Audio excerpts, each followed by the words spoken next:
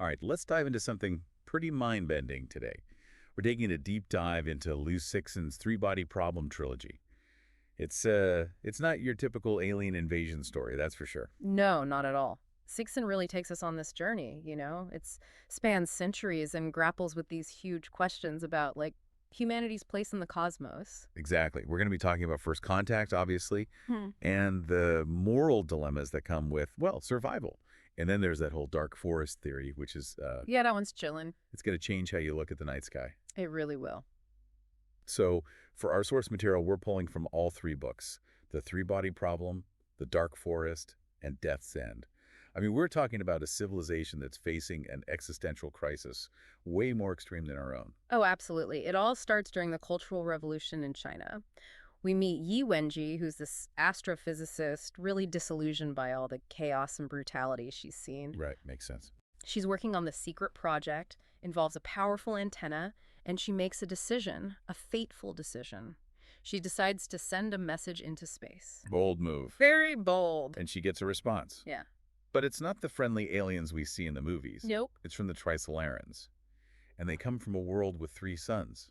I mean, can you imagine a planet where stable eras are, like, super short? And they're punctuated by these devastating, chaotic eras. It's like civilization constantly has to rebuild from scratch. That's got to be rough. It's brutal.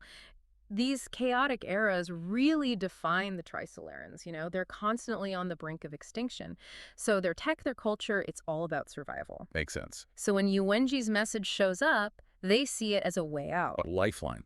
Exactly. A chance to escape their dying world. Wow. And Yuwenji, well, she's skeptical about humanity, She's not so sure we can save ourselves, so she responds. Knowing that they have advanced technology. Yeah, and driven by her own disillusionment, she basically invites them to Earth. Talk about a moral dilemma. It's a huge one. I mean, on one hand, you can see her despair. She thinks humanity is on a self-destructive path. Yeah. But on the other hand, inviting a potentially hostile alien force to Earth, that's a gamble. A huge gamble. A gamble with, like, unimaginable consequences. And from there, things just escalate. Oh. As word gets out about the Trisolaran fleet, this secret organization pops up. The ETO. The Earth Trisolaris Organization. Boy. They're fascinating because they represent how divided humanity is. Some members, they truly believe the Trisolarans are superior. Like they'll save us. Yeah, they see them as saviors. Others, they just want power. They're going to exploit the chaos. And then there are those who just think we're doomed anyway. Exactly. It doesn't matter who's in charge. It adds this whole other layer of complexity. Like, how do different people react when they think the world is ending? Right. But then, just as humanity's dealing with all this infighting, this sociologist, Luo Ji, stumbles onto something truly chilling about the universe. Yeah, Liu Cixin. He's chosen as a wall facer. Which means it means he's got to come up with a defense against the Trisolarans. High stakes. Very high stakes. And he develops this theory, the dark forest theory. He basically figures out that the universe is this dangerous place. Civilizations hide because they're afraid that if they reveal themselves, they'll become targets. So it's like a cosmic game of hide and seek. Exactly. But the stakes are like the survival of entire civilizations. Exactly. And broadcasting our existence to the Trisolarans, that was like shining a giant beacon in the darkness. So we basically invited them to attack us. Pretty much. That is terrifying. It changes everything we think we know about first contact, about the risks of looking for other intelligent life. Totally. I'm getting chills just thinking about it. And as the trilogy goes on, especially in Death's End, the consequences of this dark forest theory become terrifyingly real. We'll get to that. But first, let's talk about the Trisolarans themselves. What do we know about them, their culture, their tech, why they're coming here? Okay, so the Trisolarans are not like any aliens we've seen in sci-fi before. They're a product of their environment, harsh environment. So they're pragmatic, collectivist, very logical, focused on survival. So not the friendly aliens we were hoping for. Not exactly. They think emotions and individuality are weaknesses. The collective good comes first, always. Got it. And their technology reflects that. They can dehydrate their bodies, for example, to survive those chaotic eras. Seriously, that's amazing. Like hitting a pause button on your body. Exactly. It shows how resilient they are. And their tech doesn't stop there, right? Nope. They have these things called sophons. The sophons. Subatomic particles. They can monitor Earth with them, disrupt our scientific progress, even communicate across vast distances instantly. Okay, the sophons are one of the craziest things in the whole trilogy. Hmm. It's like they have this huge advantage in this cosmic chess game. They do. They see our every move, mess with our tech, and we're just trying to catch up. It's a feeling of dread, you know? Like Yeah. we're constantly being watched and outsmarted. Definitely. But amidst all this technological arms race, the impending invasion, Cixin tells a very human story. The story of Yun Tianming. Yeah, Yin Tianming. He's both tragic and hopeful. His story is heartbreaking. It is. He's a classmate of Peng Shen, we'll talk about later, Uh-huh. but he's brilliant. And he's secretly in love with Cheng Xin, but never tells her. And then he gets this terminal illness. Oh, no. He decides to go for euthanasia. Wow. But before he can, Cheng Xin visits him with this plan. This is when humanity's desperate for any advantage against the Trisolarans, right? Right. It's the staircase program, this crazy plan to send probes into space using hydrogen bombs for propulsion. The staircase program. Such a bold, almost reckless idea. Shows how far humanity will go to avoid extinction. But how does Tianming fit into this? Cheng Xin, she's compassionate, but maybe a little naive. She sees this as a chance for Tianming to leave a legacy. I see. She wants him to pilot one of these probes, sacrifice himself for humanity. Another tough ethical decision. Absolutely. So what happens? Does his probe make it out? It does, but the Trisolarans intercept it. Oh, man. You'd think they'd destroy it, right? Yeah. But they don't. They're intrigued by him, by this human who'd sacrifice himself for knowledge. They transfer his consciousness into a cloned body and put him in a simulated Earth environment on their ship. It's like a cosmic zoo. It is. They're studying him, trying to figure out human nature, our culture. It's fascinating and creepy at the same time. Yeah. And through Tianming, we get these glimpses into Trisolaran society, their history, their fears, what they plan to do with Earth. He's like this unexpected bridge between two civilizations that are about to clash. Exactly. But he's still a prisoner, right? Yeah, he can't talk to Earth directly. He's trapped in their simulation. That's so sad. It is, but Tiananmen is resourceful. He finds a way to communicate indirectly through fairy tales. Fairy tales. Yeah, remember, the Sophons are always watching, so he has to be clever. He hides info about the Trisolarans in these stories, about their tech, their intentions. It's like a cosmic game of charades. Right. And back on Earth, scientists are trying to decode these fairy tales. Trying to figure out what he's trying to tell them. It's brilliant. So cool. And these fairy tales, they're not just messages. They explore bigger themes like the nature of time, higher dimensions, the choices civilizations make when facing extinction. So he's trying to warn us, guide us through this dark forest. Exactly. His story shows the power of storytelling even when facing these incredible threats. But also shows how hard it is to communicate across cultures. Especially when those cultures are so different. Right. And as the trilogy continues, we see how those miscommunications, those clashes, they can have devastating consequences. Right, but let's get back to Earth. The ETO is gaining power, creating chaos. Governments are losing control. Humanity seems totally divided. And then we meet Cheng Jin. She's going to be crucial to humanity's fate. Yeah, Cheng Xin is interesting. She's like the embodiment of compassion and idealism. But she's also, well, a bit naive, maybe. Yeah, I can see that. And she ends up in a leadership position at a really critical time, like right when the Trisolaran fleet is approaching Earth. Exactly. And it's interesting how Cixin contrasts her approach with other characters, like Liu, who's much more pragmatic, even ruthless. Right. Cheng Jin, she believes in peace, thinks we can find common ground with the Trisolarans. She seems to have a lot of faith in humanity. She does. But that idealism might be our downfall. How so? Well, she makes this decision, a big one. She dismantles the dark forest deterrence system. Whoa, wait. Remind me, what was that system again? Right, so it was designed to broadcast our location and the Trisolaran homeworld's location to the entire universe. Basically holding both civilizations hostage. Exactly. It's like a cosmic game of chicken. High stakes. The highest. But Cheng Jin, she thinks it'll appease the Trisolarans, prevent more bloodshed. So she sees it as a gesture of goodwill. Yeah, like a way to break the cycle of fear and aggression. Okay, I can see her logic. Yeah. But you said it has bad consequences. Devastating consequences. The Trisolarans, they see this as weakness. Oh, no. And they attack. And this isn't just an invasion, right? No, this is a dimensional strike. They use their tech to compress the entire solar system into a two-dimensional plane. Whoa, what? A two-dimensional plane? Yeah, like a giant cosmic pancake.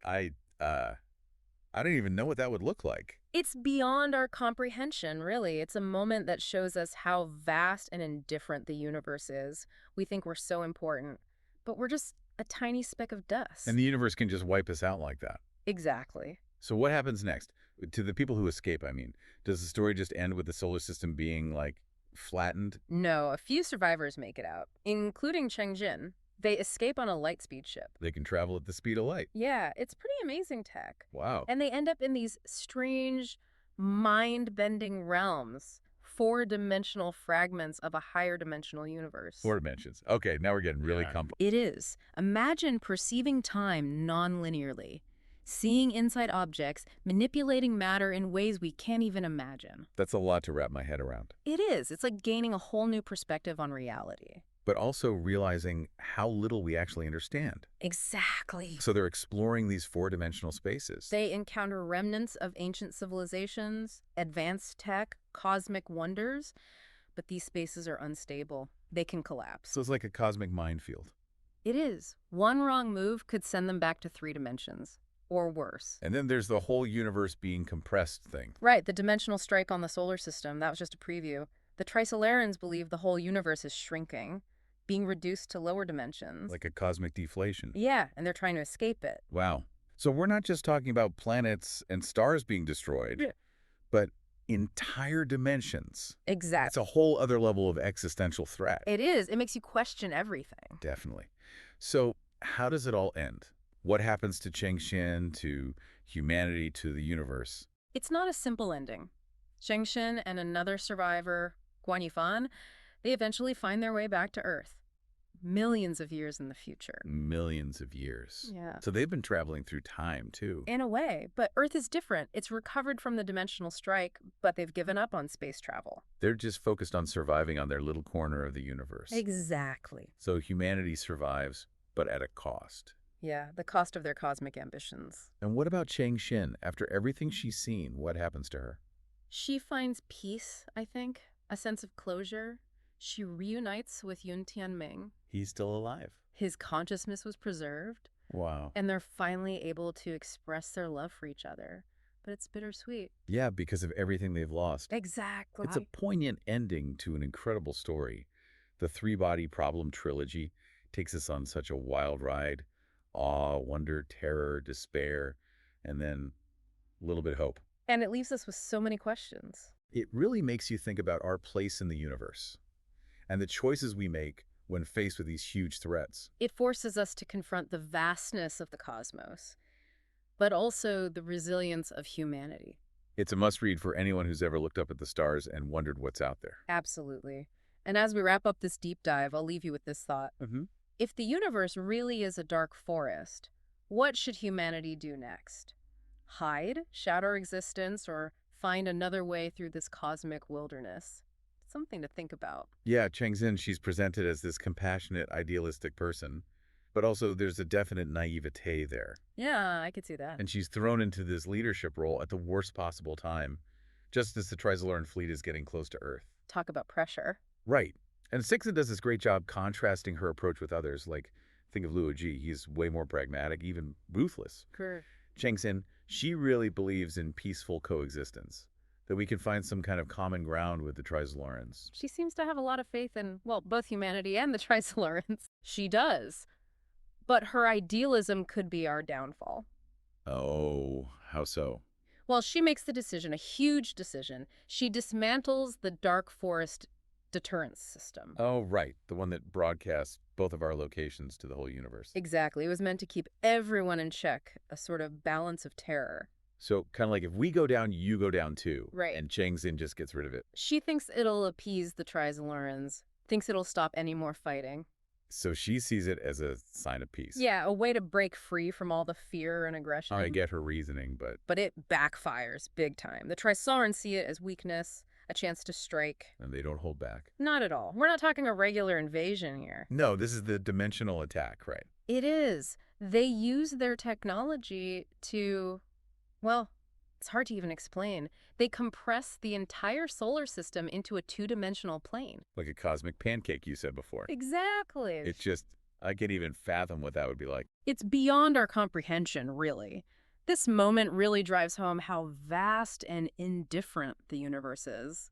We think we matter, but in the grand scheme of things, we're just a tiny blip, And the universe can just wipe us out, no problem. just like that.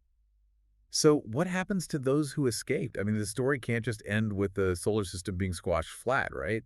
No, there are a few survivors, thankfully. Xin is one of them. They escape on this incredible ship, a lightspeed ship. Light speed, like they can travel at the speed of light. Yeah, it's some seriously advanced tech. That's mind-blowing. And their journey takes them to these bizarre, almost unimaginable places, four-dimensional fragments of a higher dimensional So we universe. talked about four dimensions before, Yeah. but it's still so hard to grasp. I know, right? Imagine perceiving time differently, not linearly, like you can see all of time at once. Whoa. Imagine seeing the inside of objects without opening them, or manipulating matter in ways we haven't even dreamed of. It's like a whole new reality. It is. But these four-dimensional spaces are unstable. They can collapse. So it's a dangerous journey. Very dangerous. And on top of that, there's still that threat of the universe being compressed. Yeah, the Trazolarians, they think the whole universe is shrinking, being reduced to lower dimensions. They're desperate to escape that fate.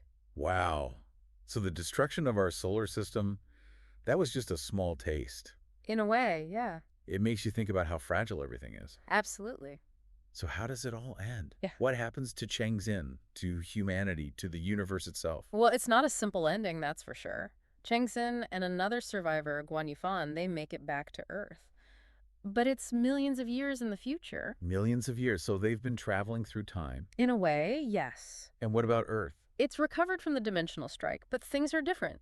Humanity has abandoned space travel. They're focused on preserving what they have left. So they chose to stay put on their little corner of the universe. It did. It's a bittersweet kind of survival.